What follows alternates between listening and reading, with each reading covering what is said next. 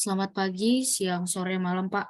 Perkenalkan kami dari kelompok 24 akan mempresentasikan tentang aplikasi Marsya Batak untuk umur 4-12 tahun. Di sini nama-nama kelompoknya, ada saya sebagai ketua kelompok dan teman-teman saya. Rumusan masalah. 1. Membangun aplikasi mobile bermain dan belajar bahasa Batak untuk anak-anak.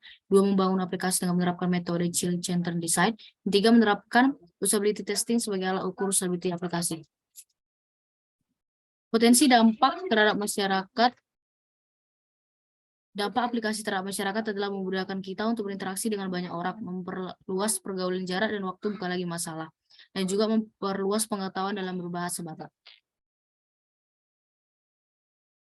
Selanjutnya.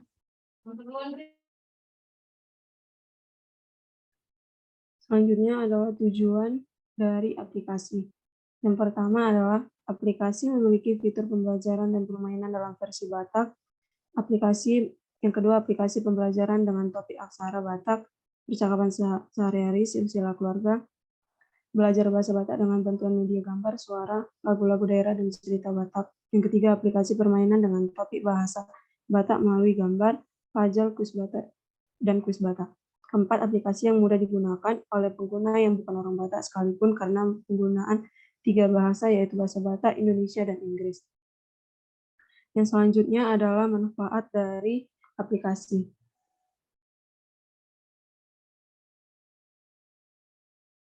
Manfaat yang pertama adalah membantu melestarikan budaya Batak di kalangan anak-anak. Yang kedua, membantu peran orang tua dalam mengenalkan budaya Batak kepada anak sejak dini. Yang ketiga, mempermudah proses pembelajaran budaya Batak bagi pengguna dalam bentuk permainan. Yang keempat, menambah wawasan bagi pengguna melalui media pembelajaran dalam bentuk permainan. Selanjutnya akan dilanjutkan. Adapun di sini aplikasi yang disukai anak-anak beserta target pengguna dan market size-nya. 5 kriteria yang menjadi pengalaman yang baik untuk anak ketika menggunakan sebuah aplikasi. Yang pertama, entertaining, merupakan media yang menyenangkan untuk anak. Yang kedua, visual level, daya tarik tampilan aplikasi. Yang ketiga, usability, mempengaruhi popularitas dari aplikasi.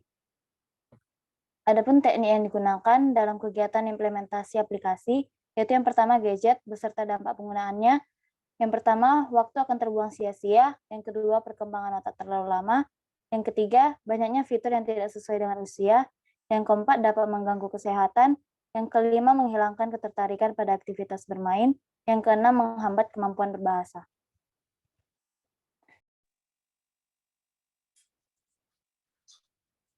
Yang berikutnya tahap perancangan teknologi aplikasi. Yang pertama, requirement, yaitu pengumpulan informasi terkait dengan wawancara kepada anak-anak. Yang kedua, analisis, yaitu analisis kebutuhan dari pengguna.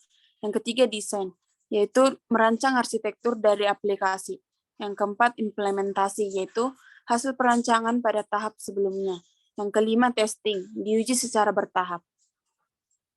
Selanjutnya, alat dan bahan dalam pembuatan aplikasi, yaitu yang pertama perangkat keras, yaitu personal komputer atau laptop. Yang kedua perangkat lunak, yaitu Visual Studio Code.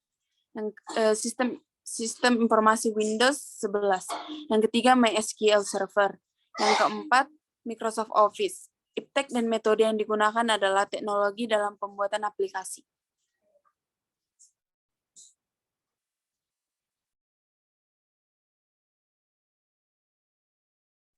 Pengguna aplikasi. 1. Konsumen dapat mengetahui arti dalam setiap kalimat dalam berbahasa Batak. 2. Konsumen dapat mengucapkan bahasa Batak dengan baik dan benar. Penerapan conventional thinking, dekomposisi. 1. Lakukan analisis masalah. 2. Memparalelkan masalah-masalah kecil. Dan 3. Melakukan sintesis.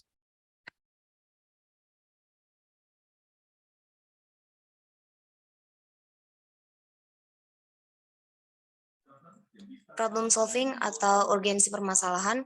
Tujuan problem solving, yaitu menemukan solusi yang terbaik atas sebuah masalah.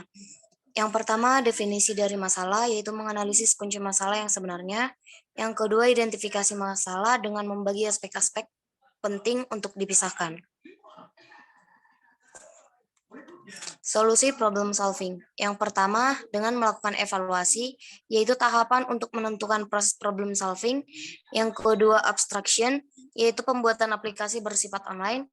Yang ketiga, pattern recognition, yaitu manusia mampu mengenali objek familiar di sekitarnya.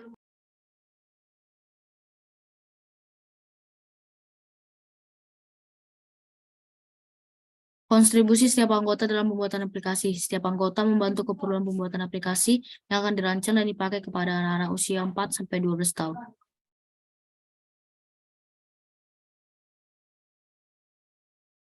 Baiklah Pak, sampai sini presentasi kami dari kelompok 24. Jika ada kesalahan atau tutur kata yang tidak baik, kami minta maaf. Sekian dari kami, kelompok 24 tentang aplikasi Mari Belajar Bahasa Batak untuk umur 4-12 tahun. Terima kasih Pak.